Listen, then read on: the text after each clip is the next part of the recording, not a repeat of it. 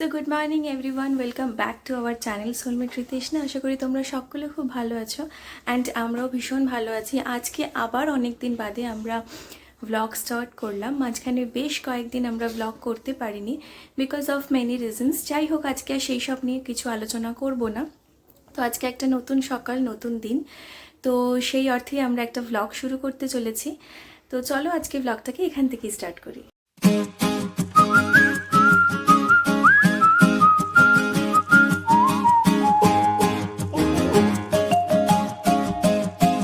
সকাল 10টা বাজে, তাই আমি স্নান করে নিয়েছি আর তার সাথে সাথে ব্রেকফাস্টে নিয়ে নিয়েছি কর্নফ্লেক্স।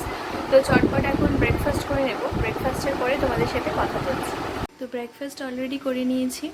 আজকে আমাদের একটা ইনভিটেশন রয়েছে, সেটা হচ্ছে আমার এক দাদার ছেলে ছোট্ট পুচকোর হচ্ছে রাইস সেরিমনি, তো সেখানেই আমরা যাব।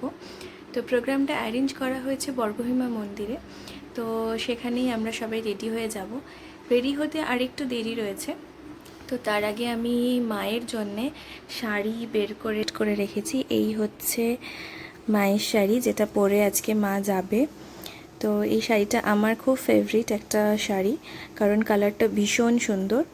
তো যাই হোক, এটা পরেই মা আজকে যাবে বলে ঠিক করেছে, আর আমিও একটু সিলেক্ট করে দিয়েছি। যাই হোক, এরপরে নিচে যাব, আর আমি আজকে কিভাবে কি রেডি হব তো সেগুলো তোমাদের সঙ্গে শেয়ার করছি। তো আমি নিচে অলরেডি চলে এসেছি। তো নিচে এসেই আগে আমি আমার ওয়ার্ড্রপ থেকে আমার শাড়ি সিলেক্ট করলাম। আজকে প্রচণ্ড গরম, তাই কি পরবো বুঝতে পারছিলাম না। যাই হোক, আজকে শাড়িটাকেই আজকের আউটফিট হিসেবে সিলেক্ট করে নিলাম। তো তোমাদের সঙ্গে শেয়ার করছি, এই শাড়িটা পরছি। কালারটা ভীষণ মিষ্টি লাগে আমার, আর এই শাড়িটা একটু পাতলাও হবে, হালকা হবে। আজকে গরমের জন্য পরে আরাম লাগবে, তাই আমি এটাই সিলেক্ট করলাম। আর এই শাড়িটার সাথে অনেক মেমোরিও আমার জড়িয়ে আছে। সেটা আমার আইবুড়ো ভাতের শাড়ি। তো 1 বছর হয়ে গেছে এই শাড়িটা আর পরা হয়নি, সেই আইবুড়ো ভাতেই যা পরেছিলাম আজকে আবার পরবো। তো যাই হোক, আরেকটা জিনিস তোমাদের সাথে শেয়ার করব, সেটা হচ্ছে পুচকুর জন্যে গিফট। সেটা আমরা অলরেডি কিনে নিয়েছি, অনেক দিন আগেই কিনে নিয়েছি। তো আজকে যেহেতু ব্লগ করছি, সেটাও তোমাদের সঙ্গে শেয়ার করে নিই। তো ওর জন্য একটা কিনেছি সিলভার ব্যাঙ্গেল, আর তার সাথে হচ্ছে একটা ড্রেসের সেট।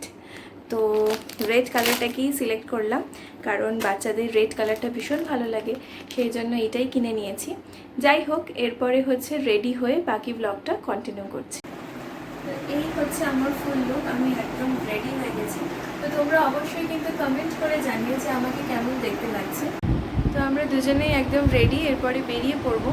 তো মা আর দাদাও আমাদের সাথে যাবে, মা আর দাদাকেও আমি ভিডিওতে আস্তে আস্তে দেখাচ্ছি। তো মাও একদম রেডি হয়ে গেছে, মাকে একদম অসাধারণ দেখতে লাগছে। এই যে মা আর আমি হচ্ছে অলরেডি রেডি, আর অরি তো রেডি হয়ে গেছে, দাদা আসছে। তো চলো যেতে যেতে ব্লগ করছি।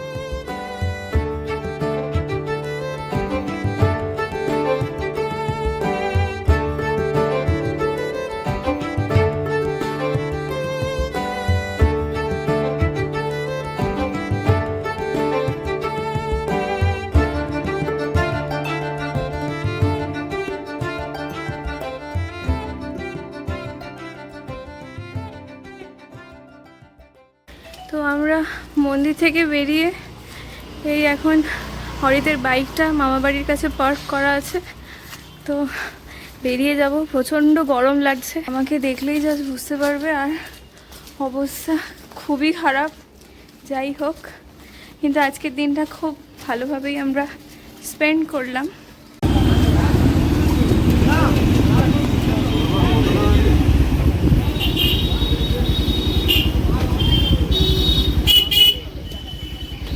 তো আমরা অনেকক্ষণই মামাবাড়িতে চলে এসেছি, এসে একদমই মানে ব্লগ করতে পারিনি, বিকজ একদম মাথায় ছিল না। এসে এত গল্প, তো সেই গল্পের চোটে ভুলে গেছি বেমালুম।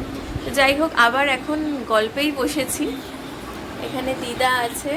তো মামাবাড়ি থেকে আমরা অলরেডি চলে এসেছি, তো এখন ফ্রেশ হব, ফ্রেশ হয়ে ডিনার করব। তো যাই হোক, আজকে সারাদিন খুব ভালোই কাটলো।